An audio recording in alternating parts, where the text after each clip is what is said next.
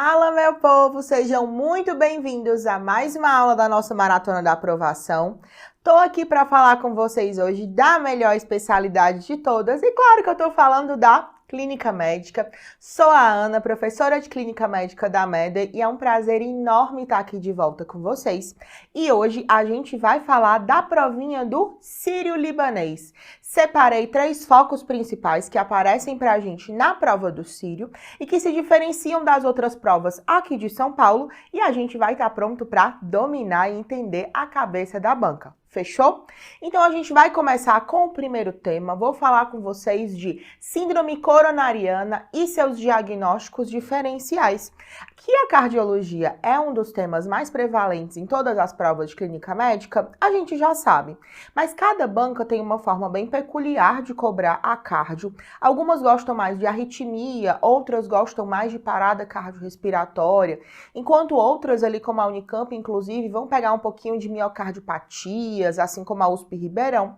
Mas quando a gente fala aqui de Sírio, ela gosta de cobrar a síndrome coronariana, principalmente síndrome coronariana aguda e com supra, assim como seus equivalentes. Então, entendendo a cabeça da banca do Sírio, a gente vai ver que as questões elas vão ter enunciados mais curtos. São questões ali de, no máximo, 3, 4 linhas, que na última linha vai ter o comando da questão que vai pedir para a gente diagnóstico e conduta.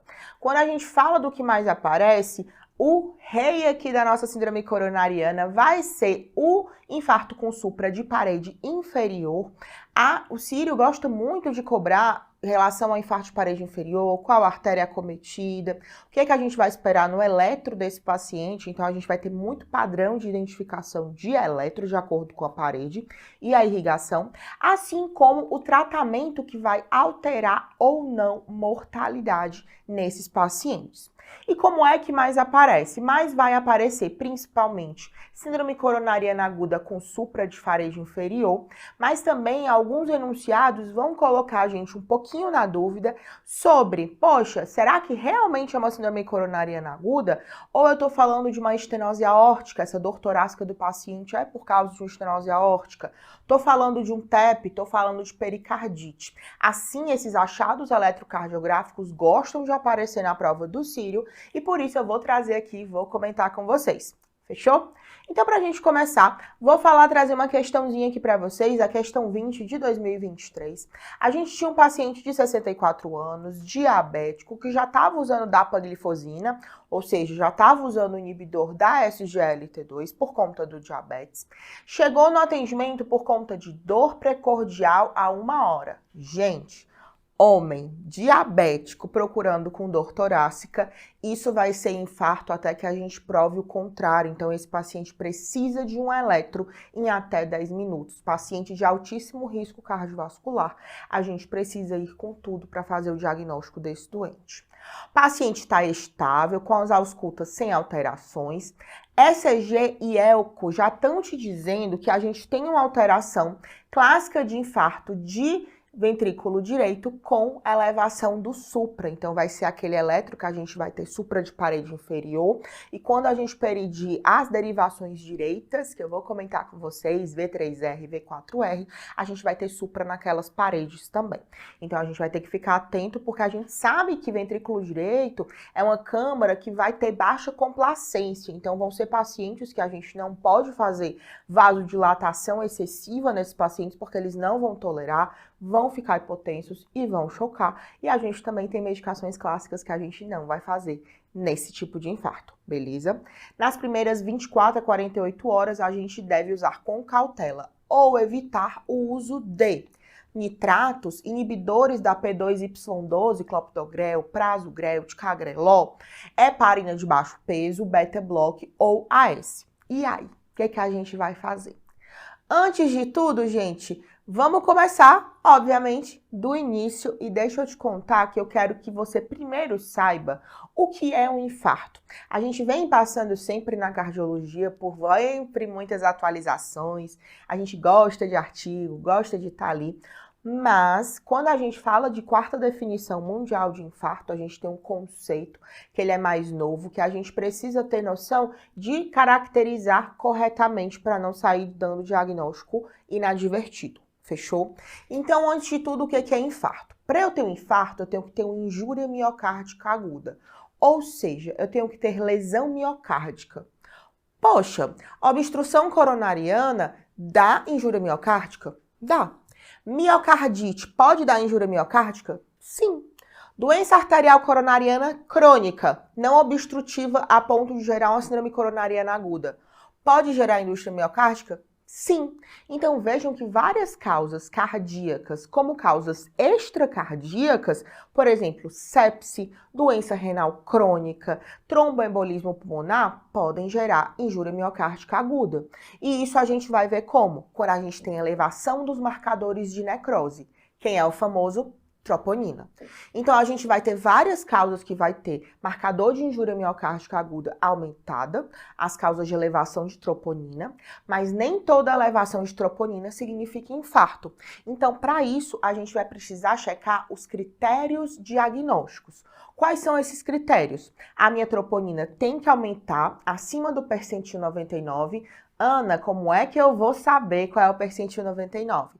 Vai depender se a gente está diante de uma troponina ultrassensível ou não e dos valores de referência que você vai ter ali no seu laboratório. Então, a gente tem troponinas acima do percentil 99 e essa troponina, gente, o grande segredo do infarto é a gente ter curva, ou seja, aumento ou redução de 20% nas dosagens seriadas. Se for na troponina ultrassensível, por exemplo, a gente faz dosagem na hora 0, depois na primeira hora. Se for troponina tradicional, a gente faz 0, 3, 6 horas de dosagem de troponina para poder dar o diagnóstico e ver se faz curva.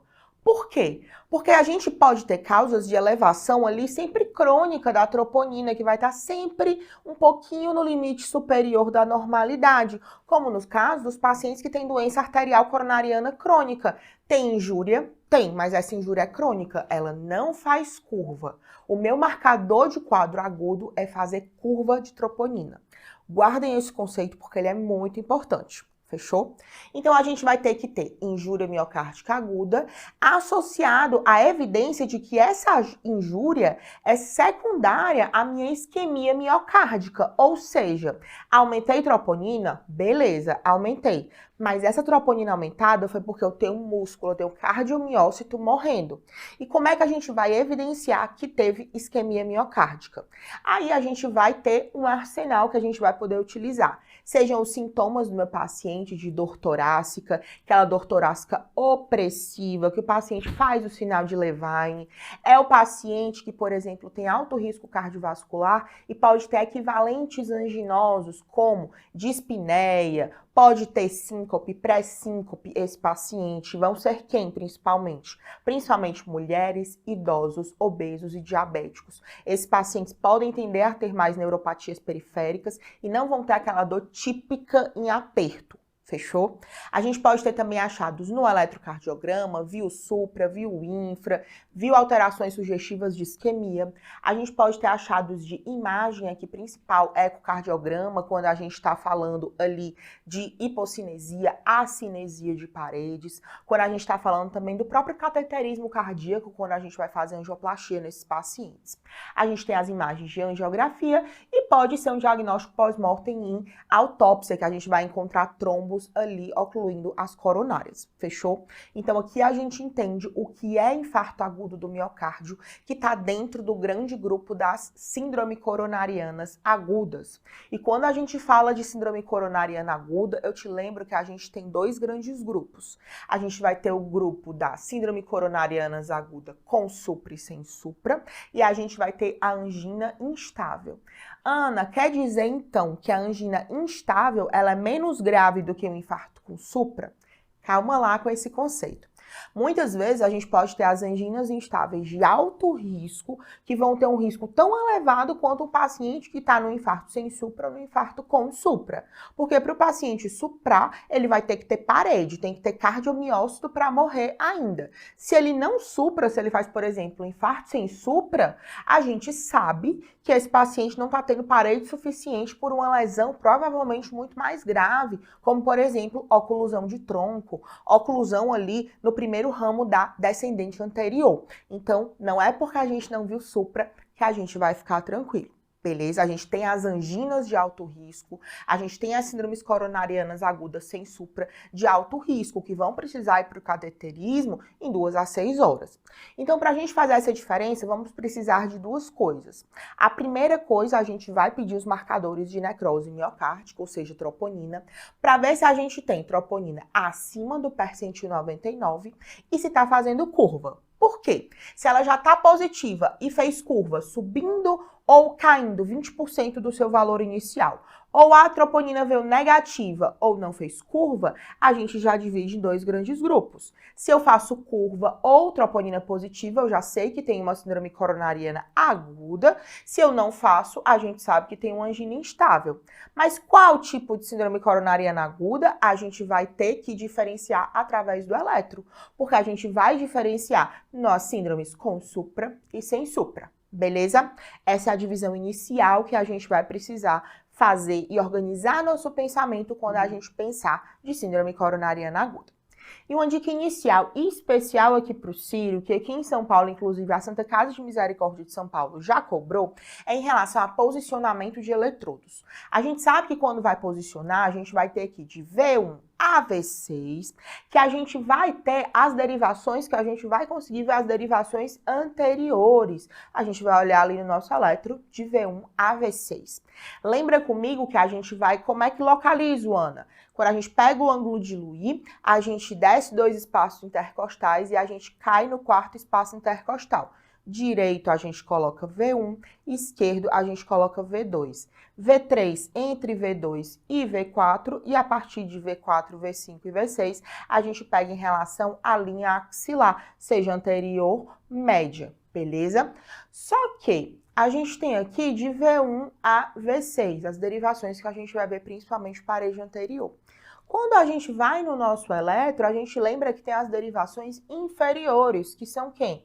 D2, D3 e AVF. E se a gente tem supra ou infra naquelas paredes, a gente vai ter que olhar a parede em espelho daquelas derivações. Vi supra de parede inferior, a gente pensa que pode ter acometimento de coronárias direitas ou circunflexa.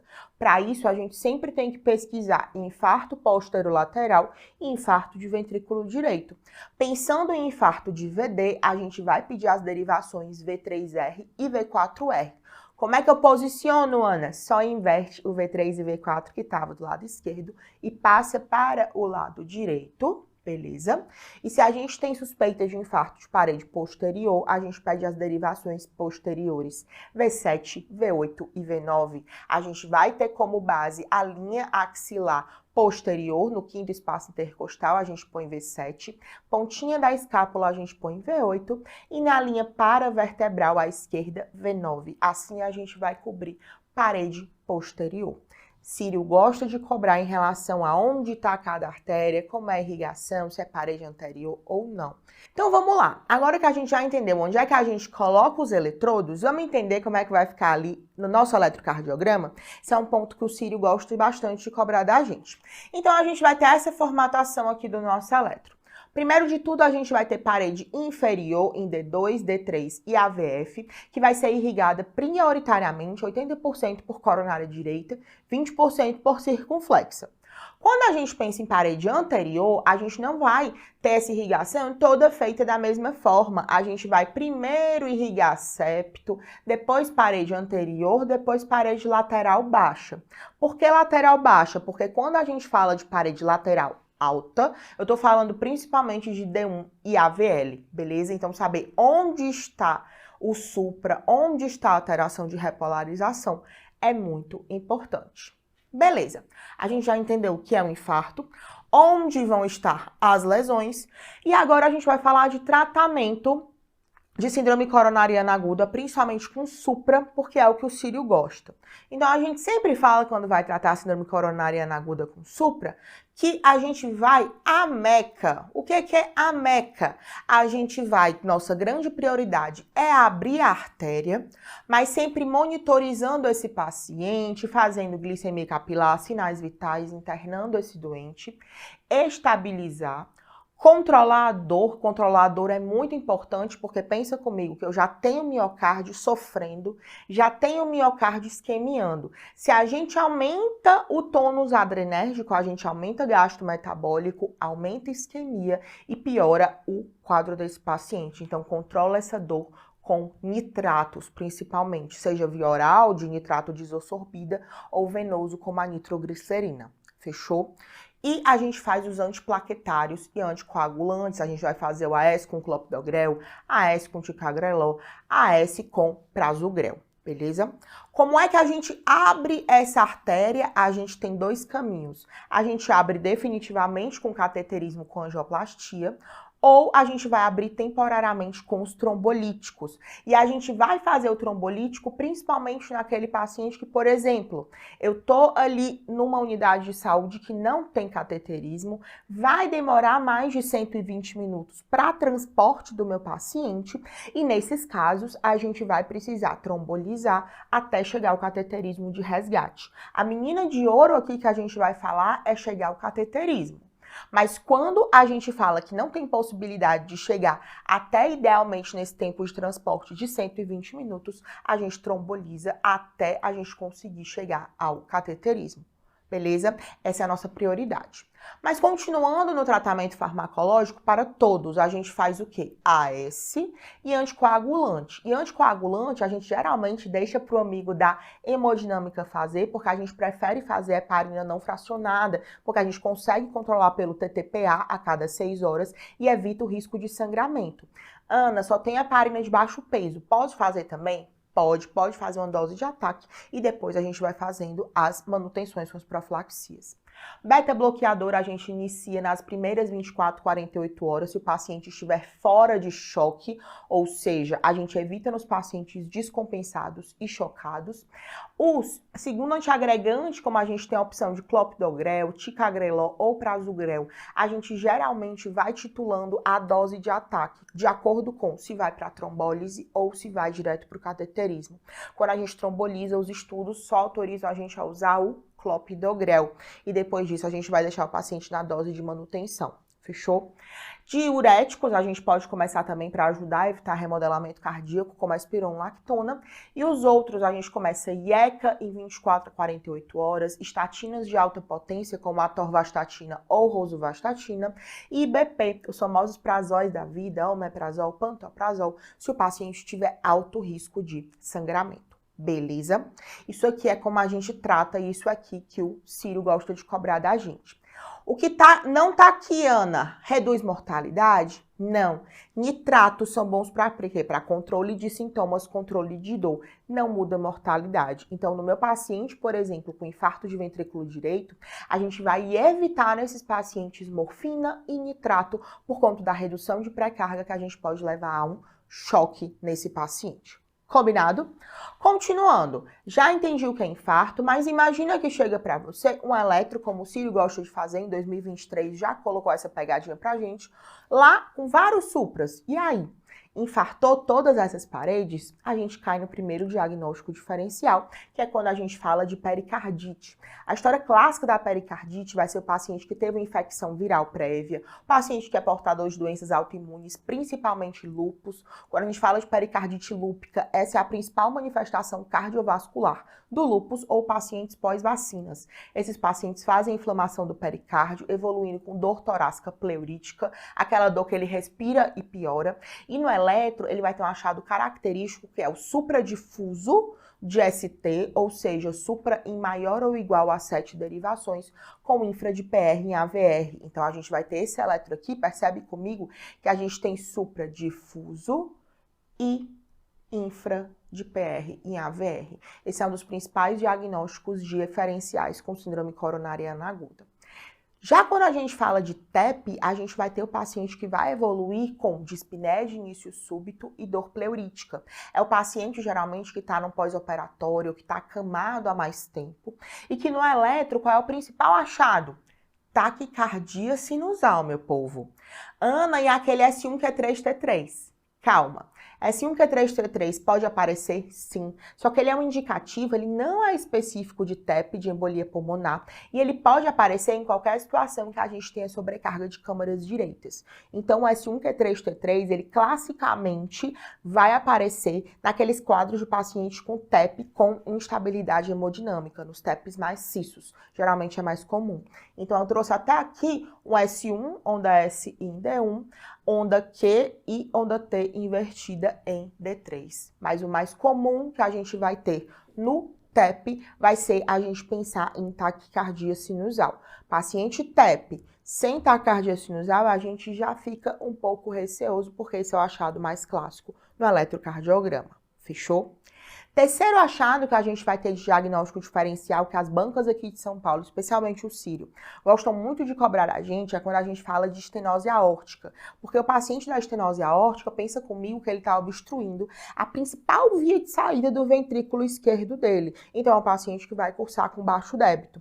E esse baixo débito desse paciente vai cursar com síncope, angina e dispneia. Então, é o paciente que vai ter fatores de risco cardiovasculares, vai chegar com uma dor torácica, pode ter uma síncope ou uma pré-síncope. Só que no eletro desses pacientes, a gente vai ter muita sobrecarga de ventrículo esquerdo. A gente não chega a suprar.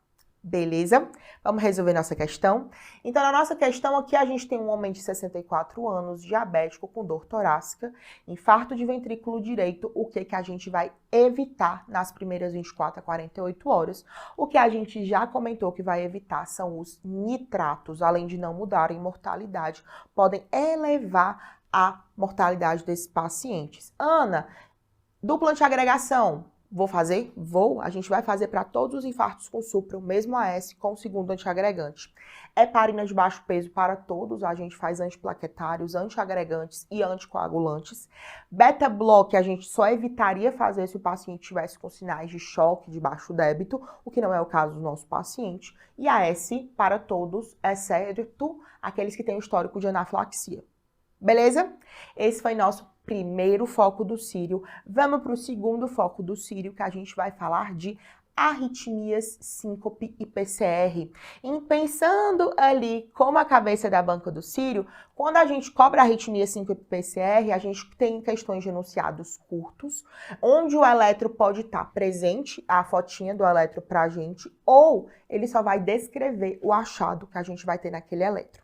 O que mais aparece em ordem de prevalência são as taquiarritmias com destaque para fibrilação atrial, bradiarritmias com destaque para bloqueio atrioventricular total e PCR e síncope.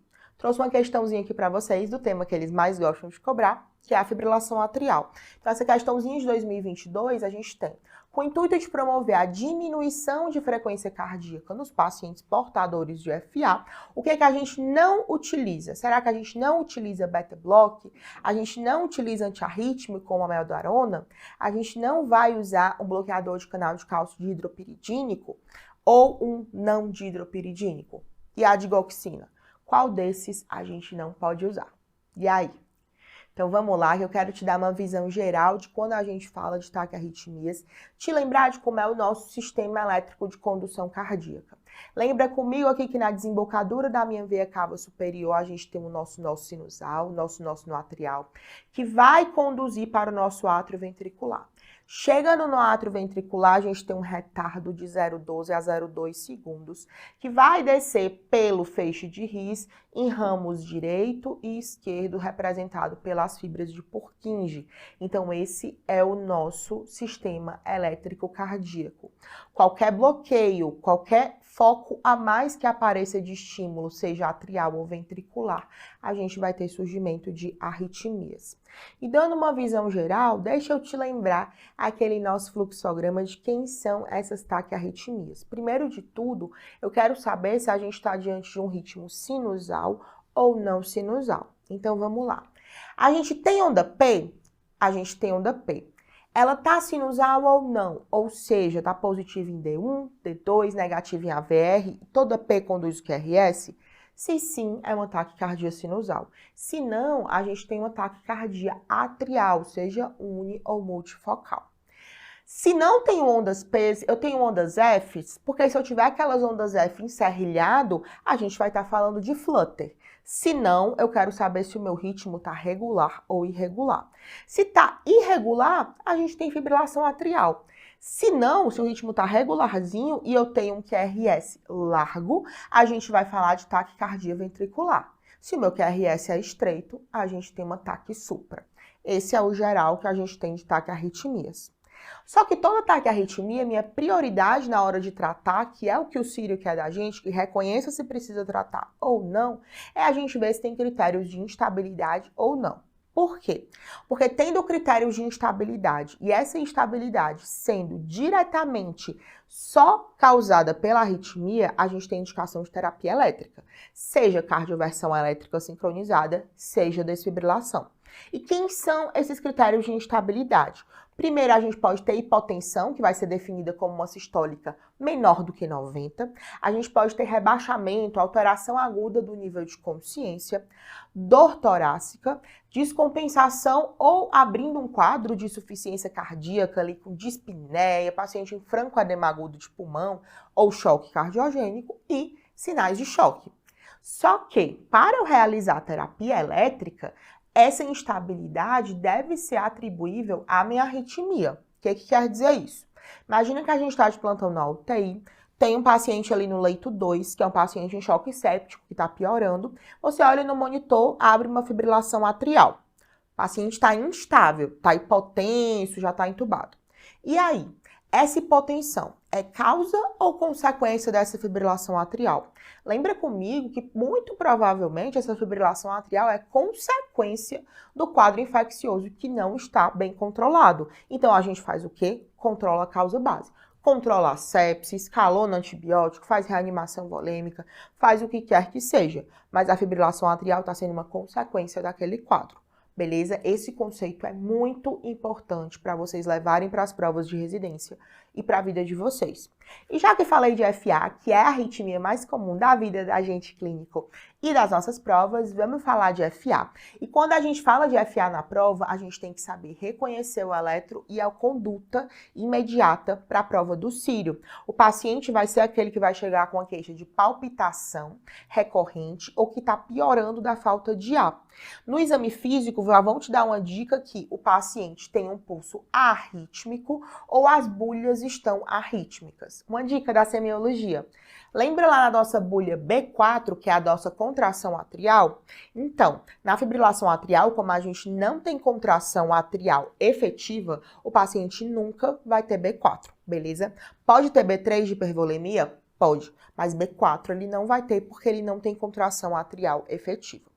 E além disso, o grande problema da fibrilação atrial é porque ela é uma das principais causas de AVC isquêmico embólico no mundo, cardioembólico, porque imagina comigo, eu tenho aqui o meu átrio, que o meu átrio esquerdo vai estar aumentado de tamanho, com vários focos de micro-reentrada elétrica, e a gente vai ter um átrio grande e disfuncional que não vai bater bem. O meu sangue vai turbilhonar e vai formar trombo, esse trombo sobe e faz AVC nos meus pacientes. Então, nosso grande objetivo no tratamento desse paciente é a gente evitar que ele tenha um AVC.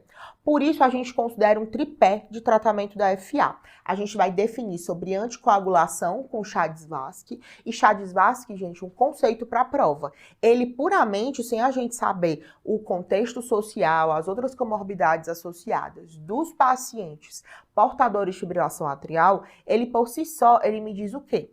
O risco do meu paciente ter um evento isquêmico em 1 ano. Ele sozinho não indica nem contraindica anticoagulação. A gente vai olhar nosso paciente como um todo. A gente também vai controlar fatores de risco, controla hipertensão, diabetes, o que quer que seja. E a gente vai controlar a arritmia, controlar o ritmo ou a frequência. Eu vou fazer os antiarrítmicos da vida, vou fazer uma amiodarona ou vou ficar nos beta-bloqueadores. E aí, o que a gente faz? Isso é motivo de estudo na cardiologia e a gente viu que Na realidade, a gente vai colocar uma balança de quem precisa controlar ritmo e frequência, porque a escolha depende do perfil do paciente. A gente não vai ter melhor ou pior resultado, não vai reduzir ou aumentar a mortalidade controlando o ritmo, por exemplo. Depende do perfil, porque imagina comigo, tem um átrio grande que está há anos sendo grande, batendo irregular e está formando trombo. A partir do momento que eu faço um antiarrítmico nesse paciente, esse trombo pode subir. A gente faz uma cardioversão química. Então, a gente vai ter que ter cuidado para usar naqueles pacientes que têm menos chance de formar trombo. Que quem são? Os pacientes jovens, os pacientes que têm poucas comorbidades, os pacientes que estão abrindo pela primeira vez a AFA, que tem um AFA há menos de um ano e tem um átrio esquerdo ainda pequeno. O átrio esquerdo no eco, no volume indexado, a gente tolera até ali 35 milímetros. Em átrios até menores que 50, a gente prefere controlar ritmo. Mas aquele paciente que é idoso, que não tem sintoma, que tem muitas comorbidades, átrio grande, que tem uma FA que vai e volta recorrente, ou que já está há mais tempo, mais de um ano, a gente prefere controlar a frequência desse paciente. Então perceba que são as variáveis clínicas que vão mandar o que a gente vai fazer. Então a gente controla o ritmo como? Se o paciente já tem alguma cardiopatia estrutural, já tem alguma insuficiência cardíaca, doença arterial coronariana, a gente prefere a amiodarona. Se ele não tem nenhuma cardiopatia estrutural, a gente pode fazer sotalol ou propafenona. E essa propafenona é uma estratégia que a gente chama de pill in the pocket, que o paciente fica com a sua propafenona ali no bolso, quando ele sente o ataque arritmia iniciando, ele já faz o uso. Mas a gente tem que monitorar esse paciente, fazendo eletrocardiograma diário e tudo mais. Se a gente não consegue usar as medicações, o padrão ouro é a gente colocar o nosso paciente em ablação. Beleza? Se a gente opta por controlar a frequência, o nosso alvo em pacientes que não têm insuficiência cardíaca, que é só fibrilação atrial, é uma frequência menor que 110. Por quê? Porque eu quero evitar que esse paciente evolua com uma taquicardiomiopatía induzida pela FA. Então, a gente precisa pelo menos de uma frequência menor que 110. Primeira escolha vai ser com beta-bloqueador, ali que a gente pode fazer propanolol, bisoprolol, nebivolol. Em outros casos, a gente pode fazer os bloqueadores de canal de cálcio aqui, os não dihidropiridínicos, a gente vai fazer verapamil de tiazem, e pode fazer a digoxina, principalmente nos pacientes com IC. Presta atenção que quando a gente fala dos BCCs, a gente está falando não de amlodipino, que é a primeira linha para hipertensão, que tem efeito de vasodilatador arteriolar principalmente. Aqui é que a gente fala dos não dihidropiridínicos, verapamil e ditiazem. E a gente pode usar em última linha a amiodarona. Então, por isso, quem é que a gente não usa na FA crônica? A gente não usa amlodipina. A amlodipina a gente deixa lá para o nosso paciente hipertenso, que vai estar dentro da primeira linha. Beleza? Vamos para o nosso último foco mais frequente no Sírio, vamos falar de cirrose. E esse é um foco que com certeza quem aí for residente de clínica médica vai ter um cirrótico para chamar de seu nas suas enfermarias. São pacientes que eles são muito ricos de semiologia, mas que são pacientes muito graves e que a gente sempre precisa estar muito atento a como tratar esses pacientes. E quando a gente fala de cirrose no Sírio, os enunciados, ao contrário dos que a gente falou, eles são mais longos. A gente vai precisar afirmar o diagnóstico clínico de cirrose. Ele vai estudar paciente com sinais semiológicos, com alguns achados que vão sugerir e vai ter uma descompensação. E a gente vai ter que buscar ativamente essas descompensações. E a mais frequente é a encefalopatia hepática e é dela que eu vou falar com vocês hoje. Fechou?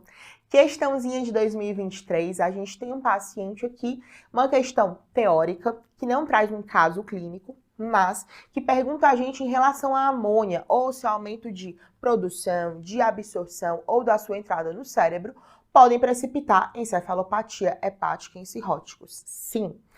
Tal fato se associa a fatores como constipação, hemorragia gastrointestinal e quer saber qual outro estado, se é hipo ou hipercalemia, acidose ou alcalose metabólica que vai precipitar encefalopatia hepática. Beleza? Primeiro de tudo, eu quero te lembrar quem é o paciente que a gente vai dar o diagnóstico de cirrose. Diagnóstico padrão ouro de cirrose é qual, gente? Biópsia hepática. Mas a gente não vai sair por aí biopsiando os fígados sem necessidade. A gente guarda para quando a gente precisa, para aquelas cirroses que ficam de etiologia criptogênica. principalmente quando a gente tem uma secundária, a etiologia autoimune. Nesses casos, o diagnóstico de cirrose ele é clínico e a gente pode fazer a estimativa do grau que a gente vai ter ali de destruição do meu parênquima hepático, de aumento de pressão no sistema porta, através de alguns scores, como o FIB-4, que a gente usa os achados do Doppler. Fechou? Mas basicamente o paciente cirrótico é o paciente que tem o quê? Sinais de insuficiência hepática, então ele vai ter aqueles distúrbios característicos do hiperestrogenismo, vai ter ginecomastia, atrofia testicular, telangiectasias e eritema palmar. Ele já vai ter grau de disfunção hepática pelo alargamento do INR e bilirrubinas e hipoalbuminemia. A gente tem sinais de que o fígado não funciona bem e a gente tem sinais de que a pressão no sistema porta está aumentada. Isso é marcado pelo quê? Principalmente a ascite e esplenomegalia. Essa esplenomegalia é diretamente relacionada às plaquetas reduzidas, uma plaquetopenia importante. Geralmente cirrótico fica ali com plaqueta na faixa de 50 mil, menos um pouquinho. Formação de varizes e circulação colateral. Então, para o meu paciente ter cirrose, ele tem que ter insuficiência hepática e hipertensão porta. E sempre que o paciente chega na nossa enfermaria, a gente tem que buscar ativamente as descompensações e a gente faz isso como? Com a mãozinha do cirrótico. Sempre gosto de aprender na minha residência e gosto de passar para os meus internos e para os meus alunos que a gente tem a mãozinha do cirrótico, que é para não deixar passar nada e a gente começa de cima para baixo. Então a gente procura a encefalopatia hepática, em seguida a gente procura hemorragia digestiva alta varicosa. Depois a gente vai fazer diagnóstico diferencial de ascite, disfunção renal e as infecções, principalmente por germes encapsulados. Aqui sempre lembra de rastrear pneumonia e infecção do trato urinário. Fechando a mãozinha do nosso cirrótico, a gente vai pensar em carcinoma hepatocelular e tromboses, beleza? Pensei nessas descompensações, o que é que o Círio gosta de cobrar da gente? Gosta de cobrar encefalopatia hepática, por quê? De onde vem para onde vai. Encefalopatia hepática, a gente sabe que o fígado é responsável por fazer a conversão da amônia em amônio. Por quê? Porque a amônia atravessa o sistema nervoso central. Quando o meu fígado adoece, a gente não faz essa conversão e aumenta a quantidade de amônia que vai penetrar no meu sistema nervoso central. E o que é que vai facilitar que a gente vá ter esse aumento de penetração da amônia no sistema nervoso central? A gente vai ter os fatores precipitantes, sendo o principal deles aqui, hemorragia digestiva alta, porque quando a gente sangra, principalmente varicoso, a gente aumenta a translocação bacteriana, que altera o pH e aumenta essa conversão. Peritonite bacteriana espontânea, infecções, principalmente, como a gente já comentou, pneumonia, infecção urinária e pele. A principal causa de encefalopatia hepática que a gente tem como evitar vai ser a constipação e ela vai ser o pilar do nosso tratamento e prevenção. Porque quando a gente tem constipação, acumula muitas fibras insolúveis que a gente aumenta a produção de amônia que fica acumulado no sistema nervoso central. Alguns medicamentos, principalmente como diuréticos em excesso e opioides, também corroboram para tanto constipação como para os distúrbios hidroeletrolíticos, que são causas importantes de descompensação da encefalopatia hepática, com destaque para hipocalemia. Porque quando a gente tem hipocalemia, a gente altera o transporte da bomba de sódio, potássio, H+. Se a gente reduz os níveis de potássio, a gente vai alterar o pH tendendo à alcalose. Quando a gente faz essa alcalose, a gente impede que ocorra a transformação ali da amônia em amônio e a gente acumula no sistema nervoso central. Quando a gente fala desses precipitantes e do diagnóstico de encefalopatia hepática, isso é um diagnóstico clínico, gente. E os exames que a gente pede, Ana, eles são para excluir a causa da descompensação e dos fatores precipitantes e a gente só pede neuroimagem se a gente tiver dúvida, beleza? Quando a gente fala aqui dentro do que pode precipitar e das causas de encefalopatia hepática, a gente consegue classificar. E a gente tem a classificação de Westhaven, que a gente vai de 0 a 4, onde 0 são alterações discretas que a gente tem. No 1, a gente tem um paciente que está um pouquinho difícil da gente prender a atenção, está mais eufórico, ansioso. 2, a gente vai destacar aqui que tem flapping, porque apareceu flapping obrigatoriamente a encefalopatia grau 2, e é isso que a prova gosta de cobrar, e o Círio já cobrou da gente. Sonolência no grau 3 e grau 4, coma. Beleza. Como é que a gente trata esses precipitantes? Primeiro de tudo, a gente não restringe proteína. A gente vai fazer proteínas ramificadas de origem vegetal para esse paciente. Beleza? A gente vai ter um alvo de evacuações pastosas 2 a 3 vezes por dia, podendo fazer uso da lactulose, que vai agir não só como laxativo, mas controlando o pH para a gente poder ter a conversão da amônia em amônio. Lembra que mais de 3 evacuações, principalmente líquidas, a gente pode estar diante de um quadro de diarreia aguda, desidrata esse paciente e piora paradoxalmente a encefalopatia hepática. A gente tem como primeira escolha, se puder escolher entre lactulose e rifaximina, a gente escolheria a rifaximina, mas a gente geralmente tem mais disponível a lactulose e a gente tem esse super benefício de modificar o pH intestinal. O que a gente acaba tendo muitas vezes é o metronidazol, que ele é mais disponível porque tem um menor custo, mas ele pode precipitar neuropatia periférica nesses pacientes. Fechou? E a gente pode ter também o uso do L-aspartato, L-arginina, que é o LOLA, que são alguns que a gente pode usar esses aminoácidos para ajudar a evitar a encefalopatia hepática. Beleza? Vamos resolver essa questão? Então, com relação à amônia, quais são os outros fatores de risco que a gente vai ter que podem alterar o pH intestinal e reduzir essa conversão da amônia em amônio? A gente já viu que é a alcalose metabólica e a hipocalemia. Beleza? Meu povo, prazer estar aqui com vocês. Qualquer coisa é só chamar, pode mandar as dúvidas e até a próxima.